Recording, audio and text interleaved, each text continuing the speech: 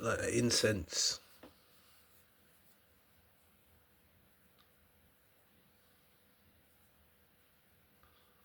Welcome to JTV. This is a British nursing student fatally juked up in America. Let's see what the news have got to say and what they would like to share with us. JTV.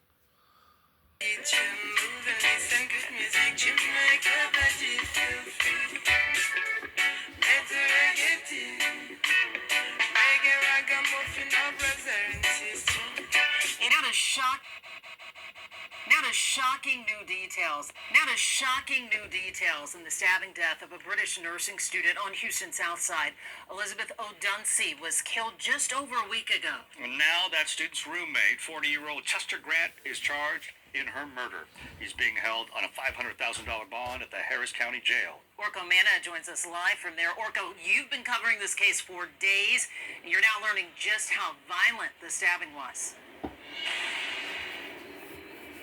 Yeah, Mia, we've learned that Grant is accused of stabbing O'Dunsey more than 24 times inside their apartment over an argument about his cat. Now O'Dunsey's family is hoping to move her body back to the UK.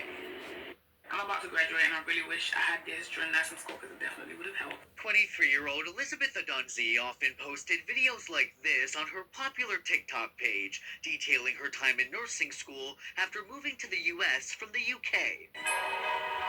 This video of her dancing, mentioning being 2 weeks out from graduation, is the last post she made. It was uploaded just 5 days before O'Dunsey's life was cut short. Houston police say O'Dunsey was stabbed to death on April 26th inside her apartment on Goforth Street by her roommate, 40-year-old Chester Grant. Homicide detectives tell me the killing stemmed from an argument about his cat from days earlier. Mr. Grant, now charged with murdering O'Dunsey, appearing in probable cause court this weekend. The allegations in this case allege he stabbed his female roommate 28 times, killing her over some disagreement over his cat. So this is an allegedly extremely brutal murder with an extensive history of violence, which I find to be an extreme danger to the community. A bandage seen on Grant's neck. Police tell me Grant tried taking his own life after killing O'Dunsey, stabbing himself at least 6 times, including in the neck. The judge also saying Grant has had multiple arrests and convictions for violence from out of state. O'Dunsey's loved ones creating this GoFundMe page saying, quote, she moved from the UK to the United States to pursue her dream of becoming a nurse, dedicating herself to a life of care and service. And that goal is to bring Tammy home from the United States to the UK so she can be laid to rest surrounded by her family and loved ones. A woman was found stabbed to death last Saturday. It happened inside an apartment off Goforth Street. Police identified the victim as 23-year-old Elizabeth Tamalor O'Dunsey. She had just moved to the Houston area from England to go to nursing school and was set to graduate this weekend, according to an HPD detective. Chester Grant, her roommate, is being charged with murder. He's currently in jail on a $500,000 bond. New details in the tragic stabbing death of a Houston nursing student. Police say the 23-year-old British woman was killed by her roommate last weekend. It happened inside an apartment on Goforth Street. That's near Cullen and Yellowstone Boulevard on Houston's South Side. Our Orko Manna joins us from the Harris County Jail tonight with the latest from investigators. Orko?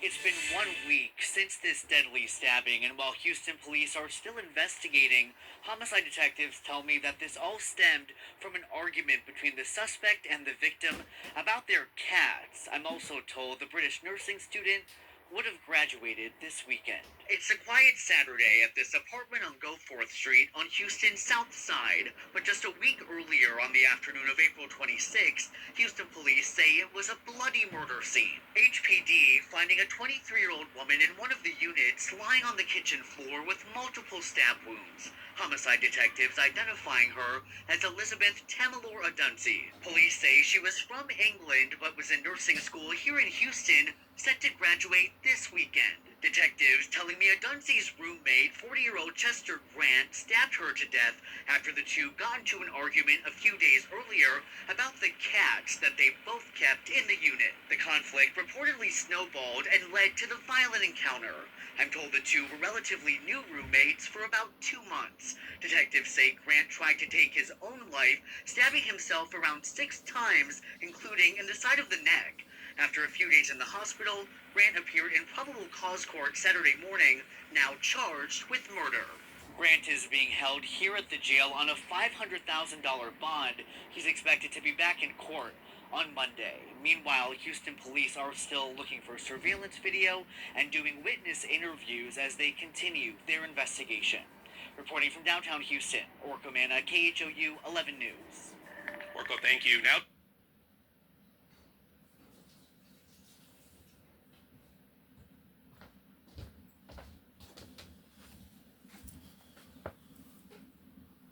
Of a Galveston nurse is desperate for answers. Police found Patrina Compton in her car late Saturday night, shot along I-45 right near Lamarck.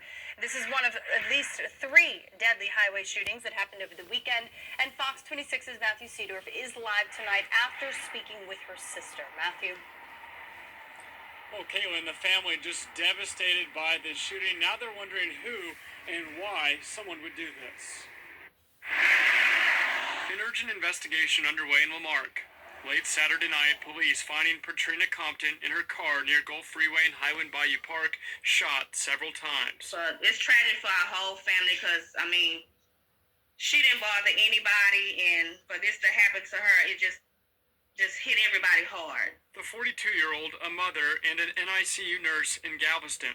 Just a all over around good person. Nothing bad, never had any beef with anybody. Stacy and her sister were together only hours before police found Patrina's car covered in bullet holes. That's her route to go home, and so I guess when she got to the freeway is when this happened. A deadly weekend on Houston area roads. At least 3 shootings just involving vehicles scattered across the city. It's getting way too dangerous, and for innocent people to be involved, it just has to stop. Police believe Patrina could have been targeted. Now they're investigating who and why someone would kill the NICU nurse. If anybody knows anything, just please say something. And so far, no arrests have been made with this case. If you have any information, call police. Now says a Houston woman is responsible for the fiery crash that killed 6, including a baby and a pregnant woman earlier this week. 37-year-old Nicole Linton remains in the hospital but has been arrested. Marcelino Benito has the very latest. The video still hard to watch. Investigators say Nicole Linton was driving the Mercedes sedan when she blew right through a red light, colliding into multiple vehicles in a fiery explosion. The flames just went over everybody. The flames went over my whole car, and they told me to jump out my car. Linton was traveling at least 100 miles per hour at the time of the crash. Investigators still working to determine if she was driving under the influence of drugs or alcohol. Tonight, we're learning Linton is a traveling nurse from the Houston area, working in Los Angeles. She survived the horrific crash, but 6 others did not, including a pregnant woman, Asheray Ryan, her 11-month-old baby, Alonzo, and fiancé, Reynold Lester. The family was on the way to the doctor for a pregnancy checkup. 8 others injured in the fiery collision, too. It's the kids. That what touched me more than anything. It's the children. It's the children. The ones that didn't get a chance. The mother that probably was happy because she was having a baby. But she's not.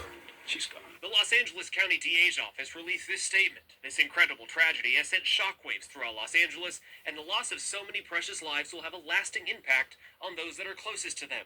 Our office is in close contact with the lead law enforcement agency investigating. A prosecutor has already been assigned and will be working with law enforcement throughout the weekend. Once Linton is released from the hospital and booked into jail, she will likely face vehicular manslaughter charges. Accused of causing this horrific crash in Los Angeles yesterday is from Houston. Here's a closer look now at what happened. Surveillance video captured a Mercedes speeding right through a busy intersection, hitting several cars. 6 people were killed, including a pregnant woman and her unborn child, also killing her baby boy just shy of his first birthday. The driver of the Mercedes has been identified as 37-year-old Nicole Linton, a nurse from Houston who was working in Los Angeles. She is still in the hospital, but once she is released, she'll be taken to jail for vehicular manslaughter and gross negligence. County jury convicted a former Texas nurse of capital murder in the deaths of 4 patients. The jury deliberated for about an hour before finding William George Davis guilty. Prosecutors say Davis injected patients with air following heart surgeries. Now they're planning to seek the death penalty when the sentencing phase starts Wednesday. Katie Johnston for CBSN DFW. Of becoming a nurse and was just days away from the moment she worked her whole life for. But 23-year-old Tammy Laura O'Dunsey would never get the chance to make that dream come true. Houston police say the nursing student was found stabbed to death inside her apartment, allegedly killed by her roommate, Chester Grant, after an argument over their pets. The two had been living together for about 2 months. O'Dunsey had been documenting her journey to becoming a nurse, sharing her hard work and counting down the days to graduation. Now she'll never get to walk across the stage, and the man accused of taking her life is facing decades behind bars. I'm your host, Kennedy Walker, and I'll walk you through the details. It was a somber scene at Texas Women's University in Houston, which should have been a day of joy and celebration, turned into a quiet remembrance of a classmate lost too soon. Instead of Tammy Laura O'Dunsey walking across the stage to receive her nursing pin, it was her sister who accepted it on her behalf. O'Dunsey, just 23 years old, was killed just days before graduation, a milestone meant to mark the start of a promising future, now overshadowed by unimaginable loss. Originally from the United Kingdom, O'Dunsey had shared her journey on TikTok as a British student navigating life in the United States. She often posted study tips and motivational messages, encouraging others to follow their dreams and join the healthcare field she loved so deeply. But before she could fully live out her own dream, her life was cut short. On April 26, Houston police were called to her apartment for a welfare check. According to the Daily Mail, a friend of O'Dunsey's father contacted authorities after her family couldn't reach her. When police arrived at the apartment, they found blood on the rear patio. Inside, officers discovered O'Dunsey on the kitchen floor. She had suffered multiple stab wounds and was pronounced dead at the scene. Police also found her roommate, 40-year-old Chester Grant, inside the apartment. According to investigators, Grant had attempted to take his own life. He had stabbed himself 6 times, including once in the neck. Detectives say the two had argued a few days earlier over the cats they both kept in the apartment. That dispute, they believe, escalated into deadly violence. O'Dunsey and Grant had only been roommates for a few months and did not know each other prior to living together, according to police. Grant was hospitalized for several days to be treated for his injuries. Once released, he was taken into custody and charged with murder. O'Dunsey's family created a GoFundMe to raise money to return her body to the United Kingdom. In a statement posted online, her family said she had moved to the United States to pursue her dream of becoming a nurse, dedicating herself to a career of care and service. They shared that she had a passion for helping children and had hoped to make a difference in young lives through her work in healthcare. In the end, Tammy Laura O'Dunsey didn't get to cross the stage or receive the nursing pin she had worked so hard for. Instead, in a quiet and emotional moment, her sister accepted it on her behalf. Now a symbol of both achievement and heartbreak, and a reminder to those who knew her of the passion and purpose she carried every day. And joining me to talk more about this is criminal defense attorney Nicole DeBoard. Nicole, thank you so much for coming on today. Let's just jump right in. So the suspect is charged with murder. Is there a possibility that prosecutors could pursue additional charges in this case? I doubt it, only because murder is about as severe as it gets. There's not a whole lot of benefit in terms of prosecution resources to trying to go after this individual for additional charges. Murder in Texas carries anywhere from 5 to 99 years or life in the penitentiary, so there's not a lot of reason for prosecutors to seek additional charges. What does the prosecution need to prove in a case like this to secure a conviction, even though it seems like everything, the writing's on the wall? Right, exactly. It does seem fairly cut and dry. In Texas, there is no premeditation required. It is simply whether or not the individual charged caused the death of another intentionally. And I know you just mentioned that he could be sentenced anywhere from, what did you say, 5 to 99 years. Could prosecutors pursue the death penalty in a case like this, or is that unlikely? Unlikely in a case like this. Death penalty usually has to come with an additional crime in the state of Texas. So, for example, if it were a robbery or a sexual assault, or if it was a murder of a child under the age of 6, those are the kinds of terms that usually set a death penalty, making that available. But in this circumstance, it sounds like, from what we know, from the very little facts that have been shared, it sounds like someone got upset with their roommate, and this is what happened. Is there a chance for parole in a murder conviction in Texas? There are circumstances where certain people can be paroled. There are also circumstances where the prosecution can charge the case in a way that doesn't allow for parole. So you could get life without parole for certain types of murder. And can you just tell me more about that? How often do cases like this result in just life sentences here in Texas?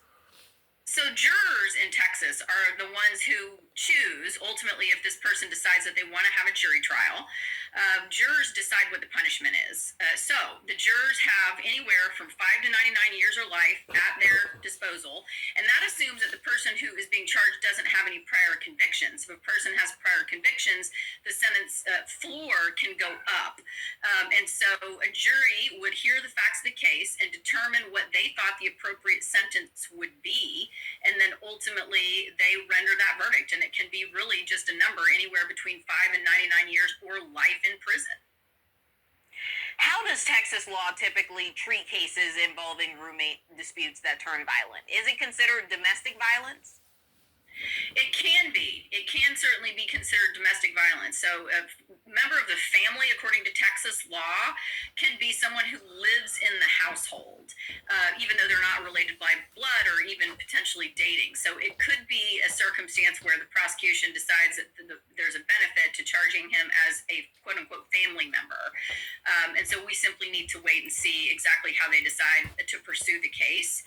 But in this circumstance, again, because jurors have at their disposal already such a broad range of punishment, there may not be a substantial benefit to the prosecution charging it in that way and adding the additional burden. Although, it could be that they add it, maybe a jury finds it, maybe a jury doesn't find it, and it won't really have that much impact on getting the conviction itself.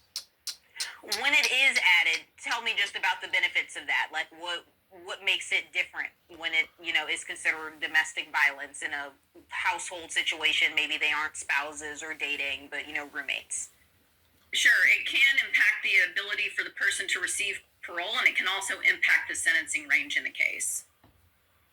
Okay, so in this case, we've seen or we've read some of the evidence according to police, but what kind of evidence would investigators likely collect in a case like this in order to get that conviction that they're looking for?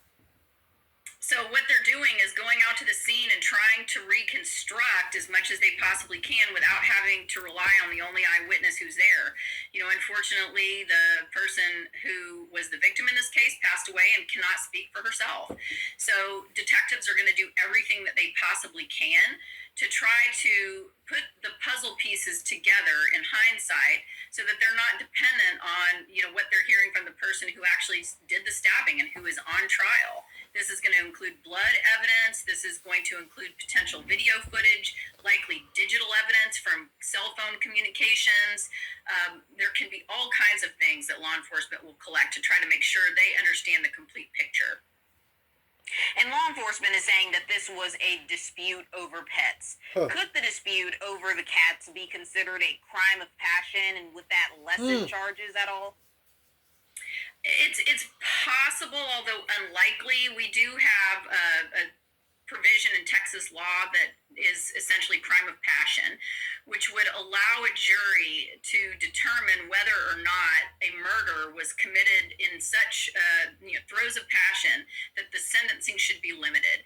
So, for example, if a jury found the requisite elements that this person was so inflamed by the types of conduct or type of conduct that would have inflamed the ordinary person to not be able to control themselves, and that's in very over basic terms, the jury could find that this was what you're referring to as a crime of passion, and that would put a cap on the sentencing at 20 years.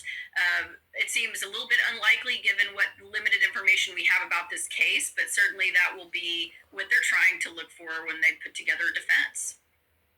But usually when we hear about crimes of passion, right, we may hear about, a husband walking in on the wife having an affair, and, he was just so riled up that he may have killed the boyfriend that the wife was sleeping with. That's usually what we hear when we think of crime of passion. With pets, could that be considered the same thing? It's possible, right? But again, based on the limited information that we have about this case, it does seem somewhat unlikely. But this wouldn't be something that we would know until this case is concluded. This is not something that would be litigated in advance, for example.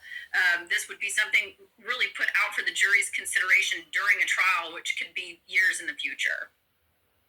Say that the suspect tried to harm himself. If you look at his mugshot, you can see, a huge bandage on his neck, which is where they say that he tried to stab himself. How might Grant's self-inflicted injuries factor into the case, if at all?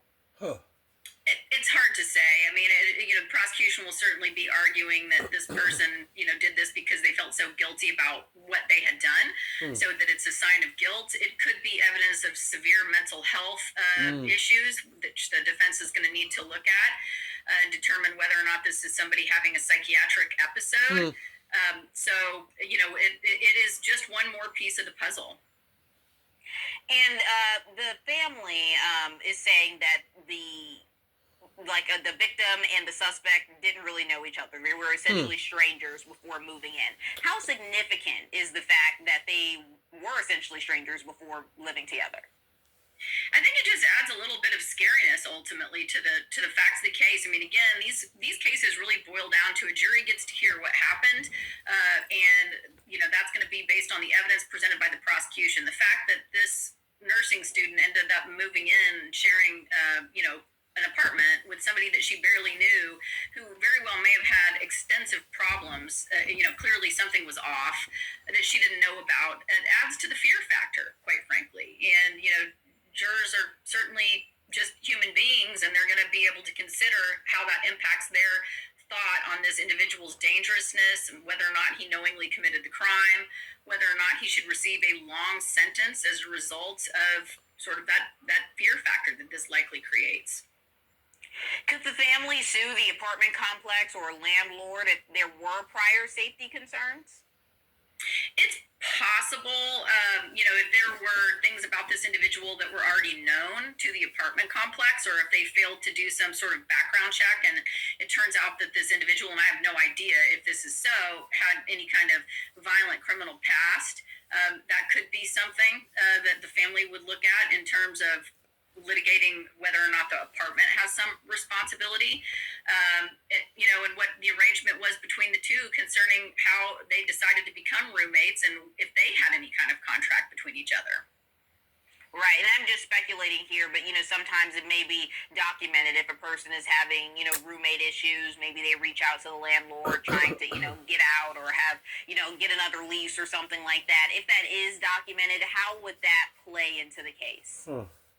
Well, it's probably not going to be super important in terms of the actual murder charges in criminal court, but it would be informative to the family deciding whether or not there was potentially civil exposure for the apartment complex. If the apartment complex should have been aware or should have notified one of the residents of a potential violent past, and again, we have no idea whether or not that's the case, that could put some responsibility onto the apartment complex.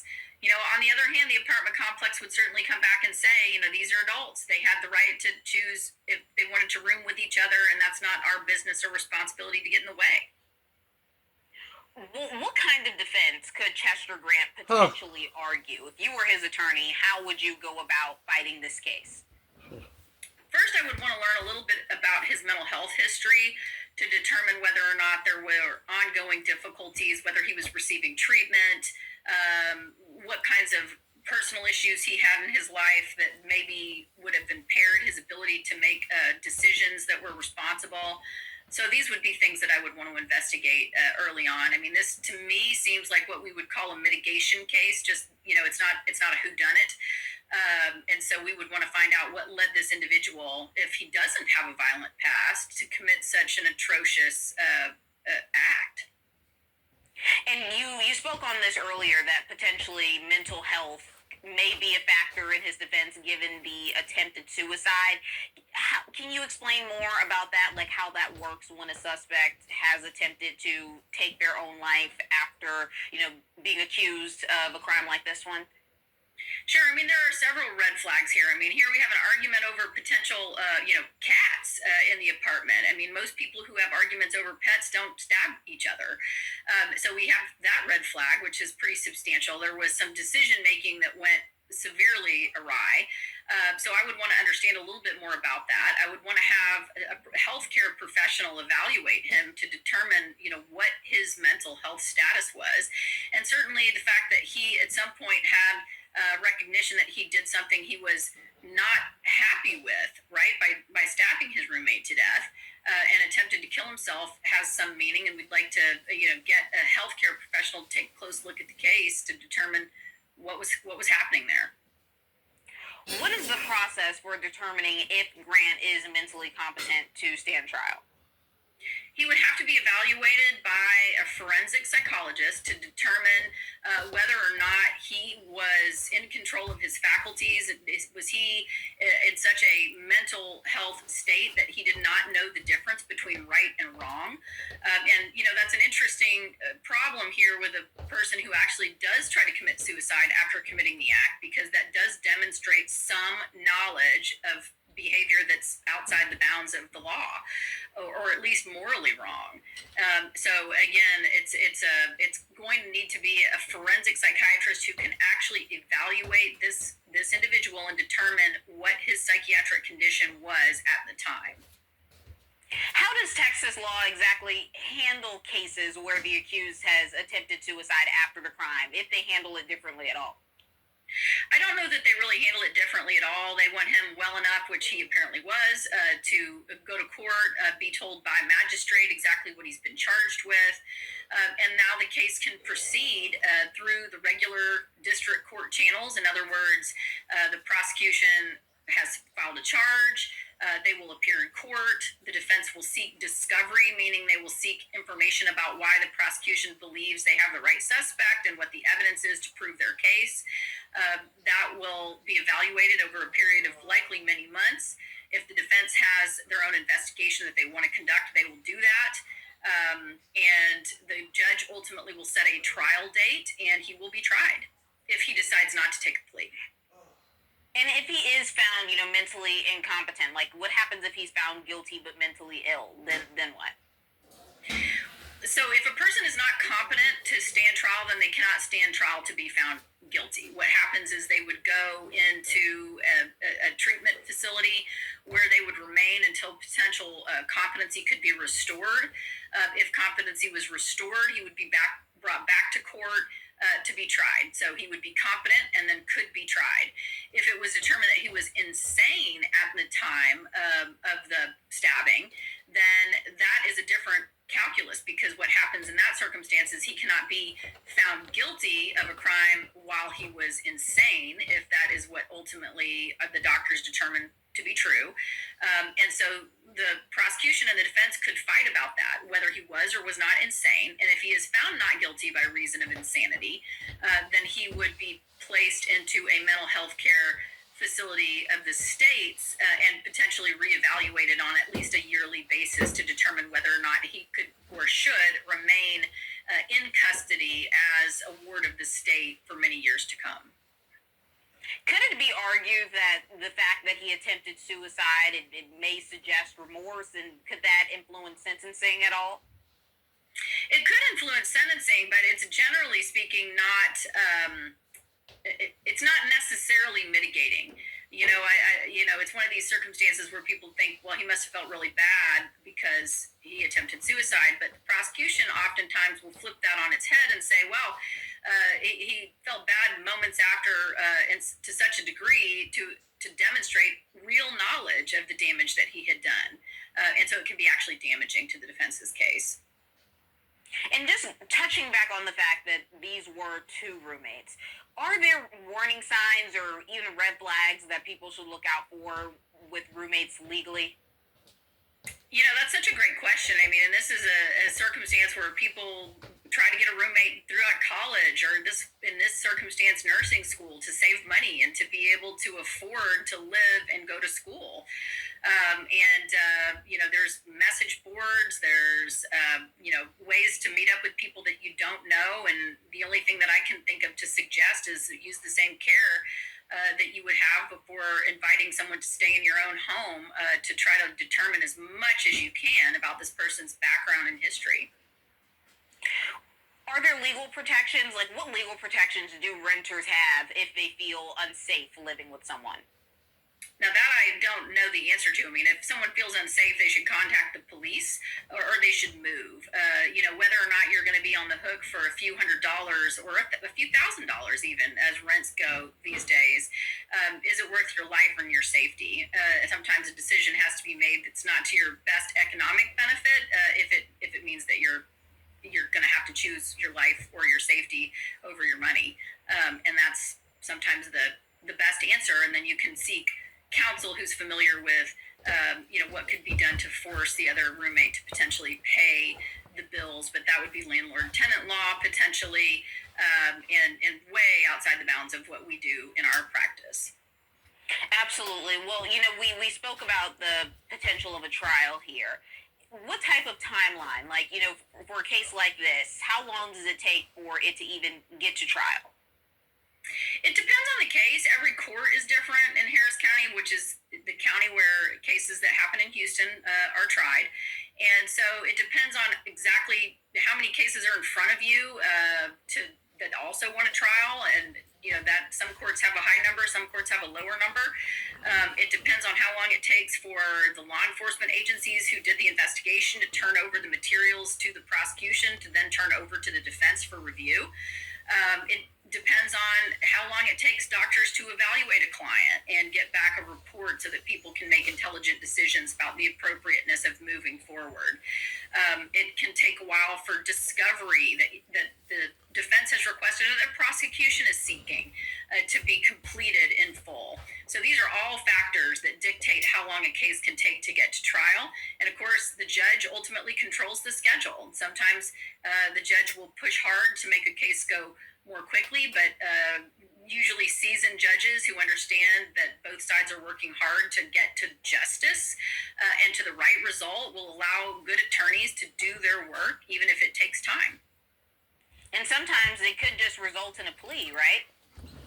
And sometimes it can result in a plea, and sometimes it's, you know, not that the parties are fighting over, again, who done it, you know, who did this crime, but what should the appropriate sentence be?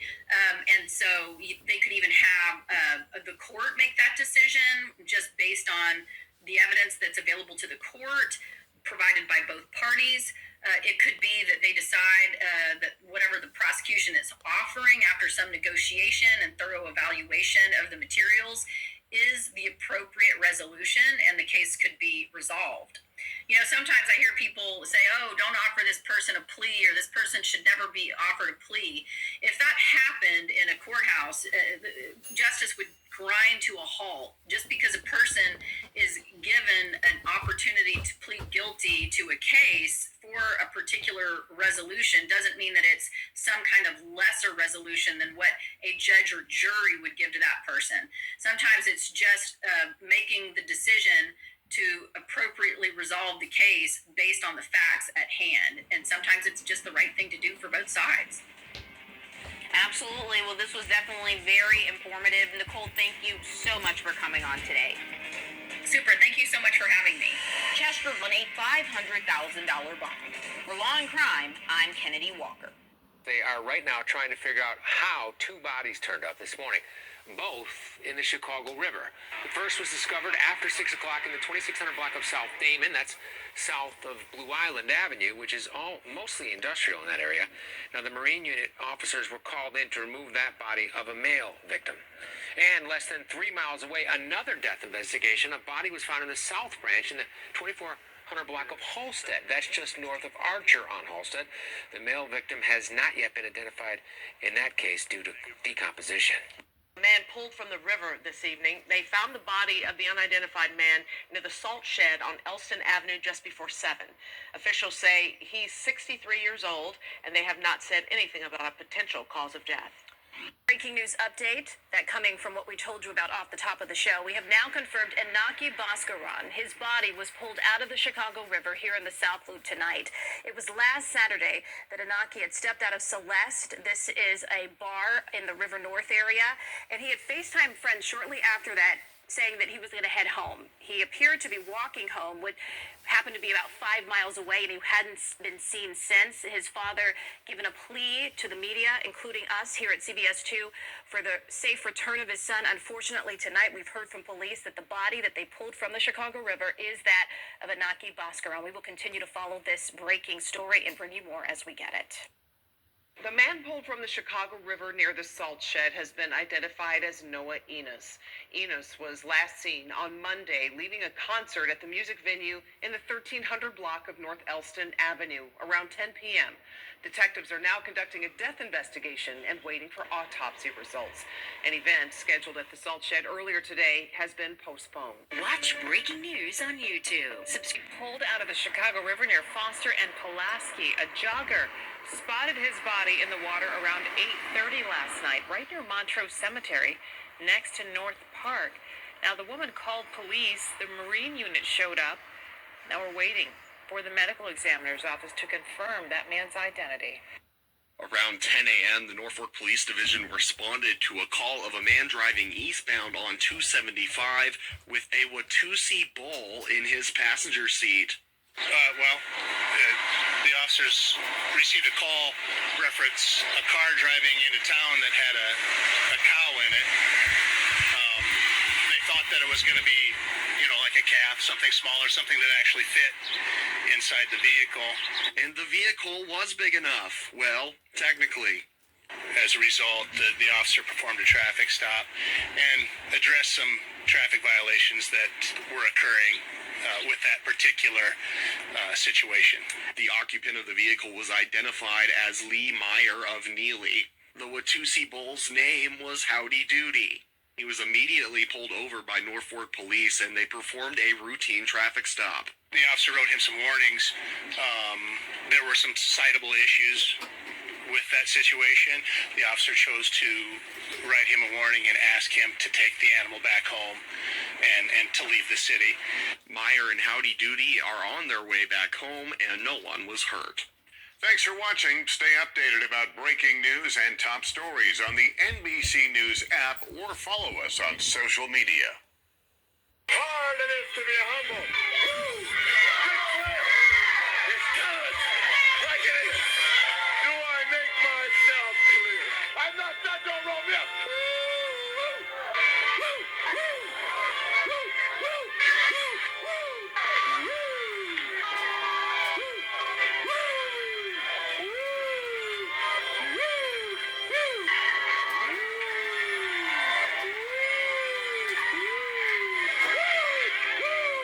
To be the man, Daddy, you gotta be the man. Big City, pretty ladies, nature boy. You want me to do it again? And I'll do it again. Bright lights, big cities, pretty ladies, 5 times the world champion. I am Ric Flair. I've done it all to be the best. Woo! Oh man, I'm on fire today.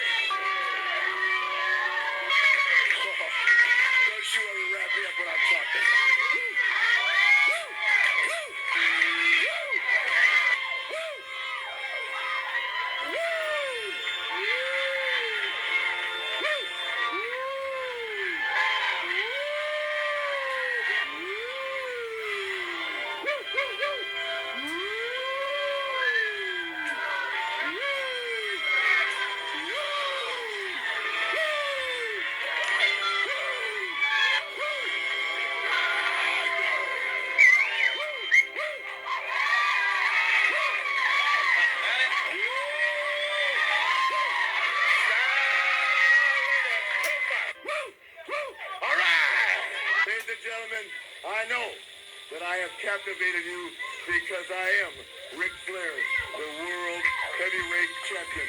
Whether you like it or not, I just plain am the best there is in the sport today. Love you, Anthony. Myself, $800 Cleveland flags. I got 600 suits. I can talk about the nice clothes. They like fine clothes. You know, I buy my clothes at Michael McCain, the city